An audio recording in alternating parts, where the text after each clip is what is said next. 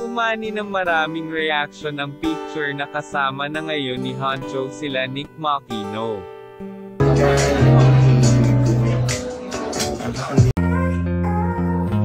Welcome to Sikat Story.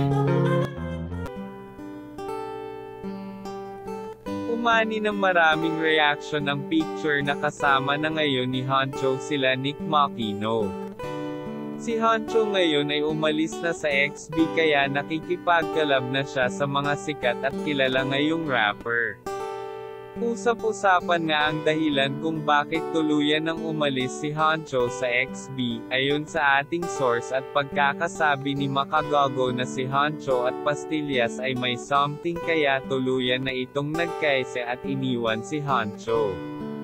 Si Hancho ay hindi na din nababagay daw sa kanila dahil nga ito ay focus sa family at hindi tulad nila Skusta at King Badger na babero. Wala din katotohanan na nasa ibang bansa si Hancho noong nilabas ang kantang Chismis dahil andito lang siya sa Pilipinas at tahimik na lang muna sa issue. Pero hindi magtataka ang XB na tatapatan ni Hancho ang kantang Chismis dahil base sa picture ay may niluluto itong malupit na kanta.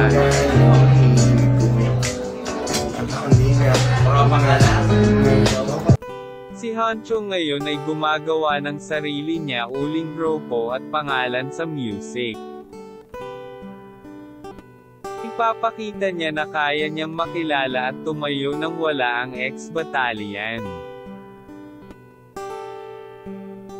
Comment kayo kung tama ang desisyon ni Hancho.